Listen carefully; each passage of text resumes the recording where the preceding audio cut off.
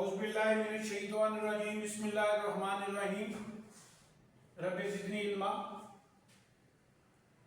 आज का जो लेक्चर है हमारा वो फाइनेंशियल स्टेटमेंट एनालिसिस पे है और ये बुक है चार्ल्स एच गिब्सन्स और ये 13 एडिशन है। और ये बुक नॉर्मल जो है बीएस अकाउंटिंग एंड फाइनेंस और बीएस कॉमर्स और इसी तरह बीबीए और सीए, फीफा, सीएमए में एसीसीए में पढ़ाई जाती है, उसमें उसको टॉपिक को कंसल्ट करती है। तो आज हम इसमें देखते हैं चैप्टर 6 को हम स्टार्ट कर रहे हैं। तो ये रेशोज से रिलेटेड है। तो इसमें हम चैप्टर 6 में प्रॉब्लम 1 को डिस्कस करेंगे। चैप्टर 6 प्रॉब्लम 1 को हम जो है आज डिस्कस करते हैं।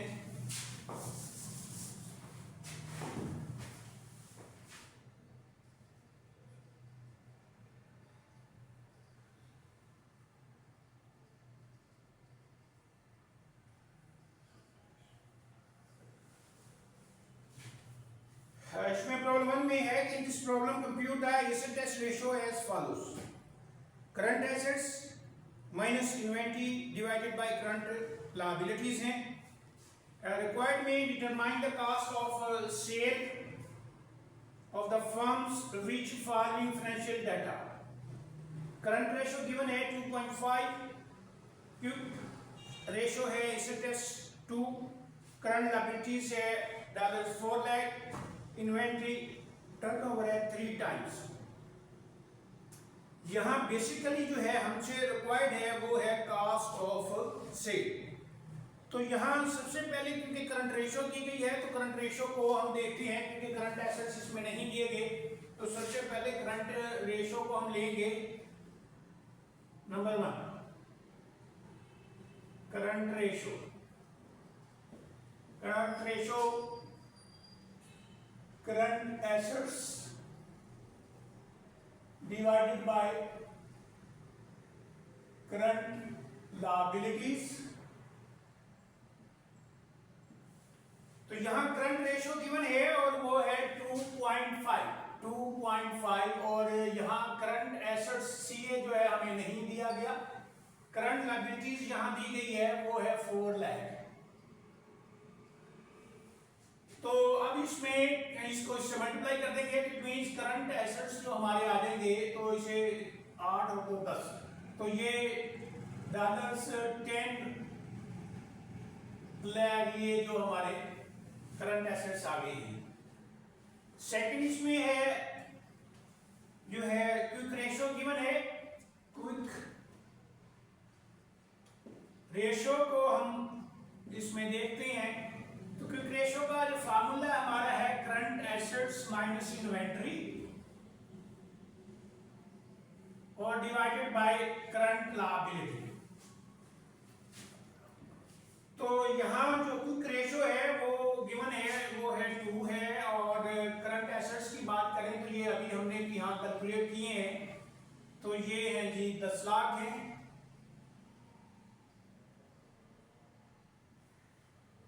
$10 लाख हैं और इसमें से माइनस उसी तरह इन्वेंट्रीज को कर देंगे। इन्वेंट्री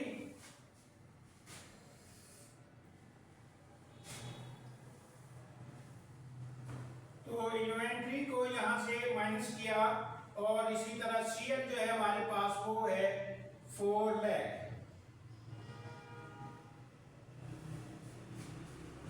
अब अगर इस इक्वेशन को देखें तो ये जो 4 लाख है इधर 2 से मल्टीप्लाई हो जाएंगे तो ये 8 लाख आ जाएंगे और इधर 10 लाख है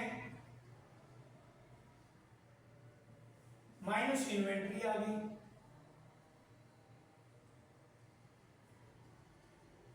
इन्वेंट्री तो अब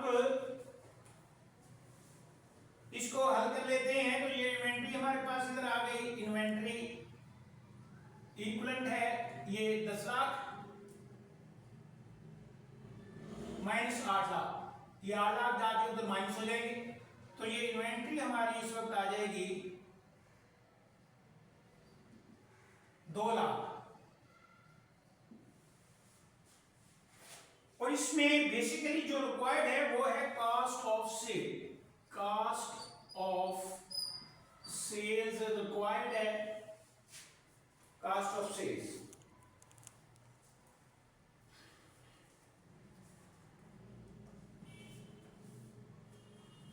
तो ये कास्ट ऑफ सेल्स रिक्वायर्ड के लिए जो है हमारा यहाँ फार्मूला इसका लिखते हैं।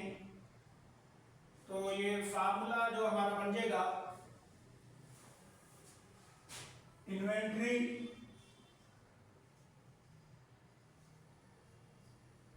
Turnover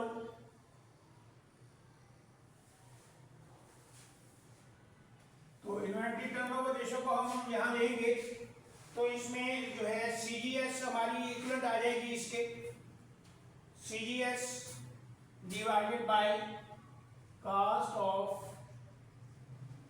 goods sold divided by average inventory.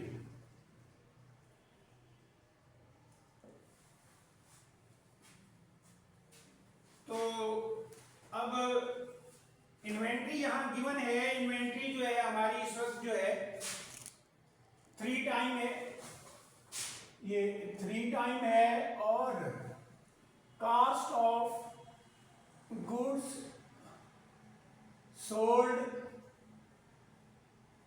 या सेल्स कह सकते हैं इसे, जो रिक्वायर्ड है, डिवाइडेड बाय एवरेज इन्वेंट्री है। तो इन्वेंट्री हमारी जो यहाँ हमने निकाली थी वो 2 लाख है, तो 2 लाख यहाँ हम लिखेंगे। तो ये हमारी कास्ट ऑफ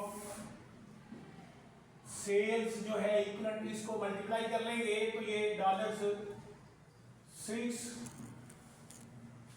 ये 6 लाख जो है ये हमारा आंसर आ जाएगा।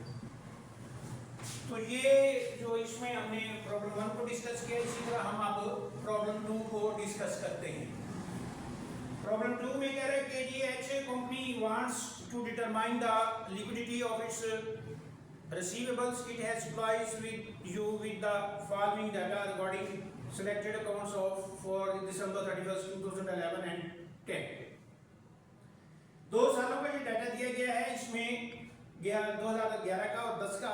तो सेल्स है, नेट सेल्स गिवन है, रिसीवेबल्स हैं, लेस अलाउंसेस गिवन है, बिगिनिंग दिए गए हैं और इसी तरह एंडिंग है। और रिक्वायर्ड में कह रहा है कि compute the number of days sales receivables at December 31st 2011 और 10। और सेकंड रिक्वायरमेंट है कि compute the account receivable turnover 2011 और 2010, use the year end correct gross receivables. और से third correct comments on the liquidity of the H company's receivables. अब इसमें 1 bye 1 हम इसको चेक करते हैं। तो इसी तरह ये अब हमारे पास इसको हम वाश करके प्रॉब्लम 2 पे चलते हैं।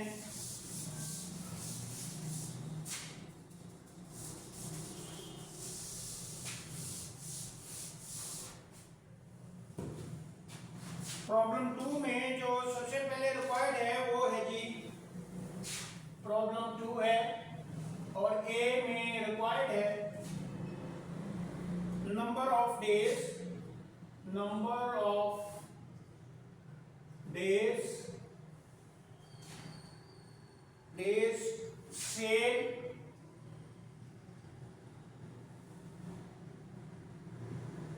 in receivables, in a receivable। तो इसका फार्मूला जो है हम देखते हैं, तो इसमें ग्रॉस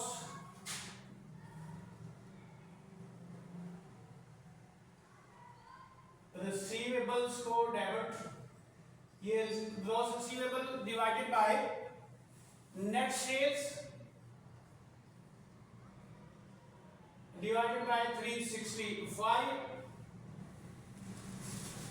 तो यहाँ दो कंपनीज हैं, दो कंपनियों में इसमें एक कंपनी है 2 सालों का हमने ये कैलकुलेशन करनी है, एक है 2011 और दूसरा है 2010। इन दोनों की कैलकुलेशन करते हैं, फार्मूला हमने लिख लिया है। अब इसमें सबसे पहले जो है 2011 का हम डाटा लेते हैं। तो 2011 में अगर हम देखें तो एंडिंग जो है हमारे पास इस वक्त जो है एंडिंग है हमारे पास 2,20,385 अकाउंट रिसीवेबल ये नेट हैं। और इसमें ऐड करेंगे हम इसमें 11,180 और डिवाइड करेंगे सेल पे। तो सेल है 11,80,173। तो इसको डिवाइड कर देंगे इसी को 365 से, आप मल्टीप्लाई भी कर सकते हैं तो आंसर आपका आ सकता है। तो इसकी कैलकुलेशन करते हैं।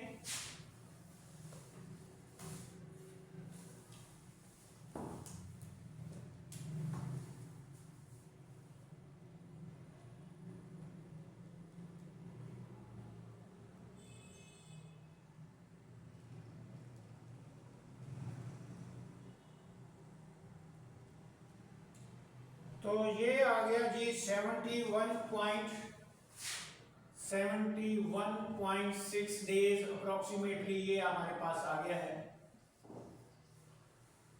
और इसी तरह सेकंड जो है हम उसको देखते हैं। हमारे पास यहाँ जो है क्रॉस जो है हमारे पास 2,40,000 3,60,000 और प्लस इसमें आ जाएगा 12,300 और डिवाइडर इसका है सेल है 22 लाख की 22 लाख और इसको फिर 365 पे फिर इसकी कैलकुलेशन करते हैं हम।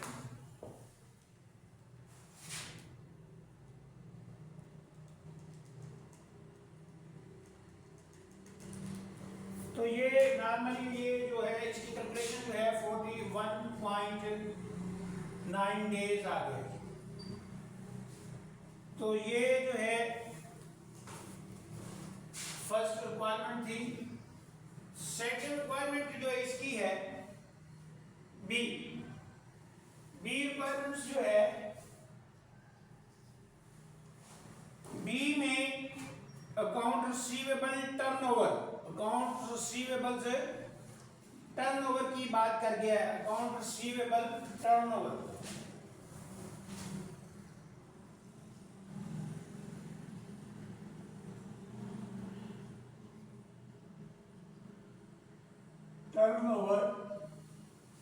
तो इसको हम फार्मूला आ गया net sales divided by average gross receivables. इसी तरह 2011 और 10 को फिर हम उसी तरह लेंगे 2010।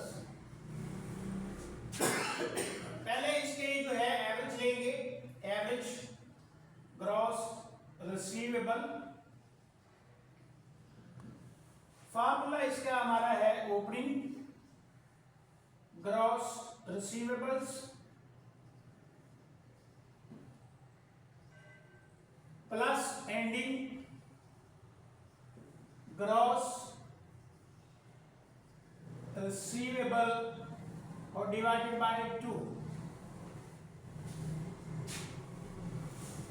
तो यहां अब हम इनको चेक कर लेते हैं 1 बाय 1। तो यहां इसमें जो है 2011 का चेक करते हैं, इसमें 2011 और इसी तरह 2010। तो यहां 11 में अगर हम देखते हैं तो ओपनिंग है हमारे पास 2,40,360 प्लस 12,300 प्लस एंडिंग है 2,20,000 385 प्लस 11,180। तो ये इनको डिवाइडेड बाय 2 करेंगे तो इसकी कैलकुलेशन करते हैं।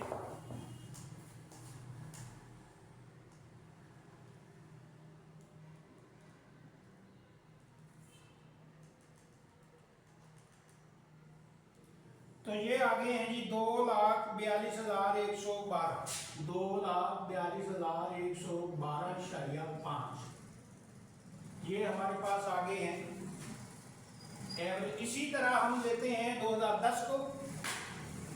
2010 में ये देखें कि ये हमारे पास जो है 2,30,180 और 7,180 प्लस इसमें जो है 2,40,360 प्लस 12,300 और इसको डिवाइड करेंगे 2 पे। इसकी कैलकुलेशन कर लेते हैं। तो इसकी जो है कैलकुलेशन में ये हमारे पास आ गया है 2,45,010। तो यहाँ ये एवरेज हमने दोनों की कैलकुलेशन कर ली है। सेल्स हम ले लेते हैं। तो यहाँ से सेल्स उठाएंगे। सेल्स जो है हमारी 11 की है, 11,80,178 और डिवाइडर इसका आ गया 2,42,102.5 और इसी तरह इसकी सेल है 22 लाख और इसका डिवाइडर आ गया 2,45,010। अब इसकी कैलकुलेशन कर लेते हैं।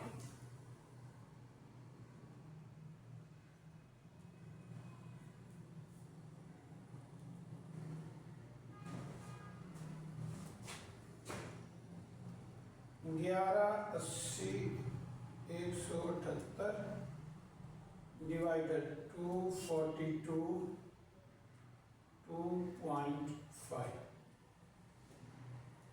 तो ये आ गया 4.87 टाइम्स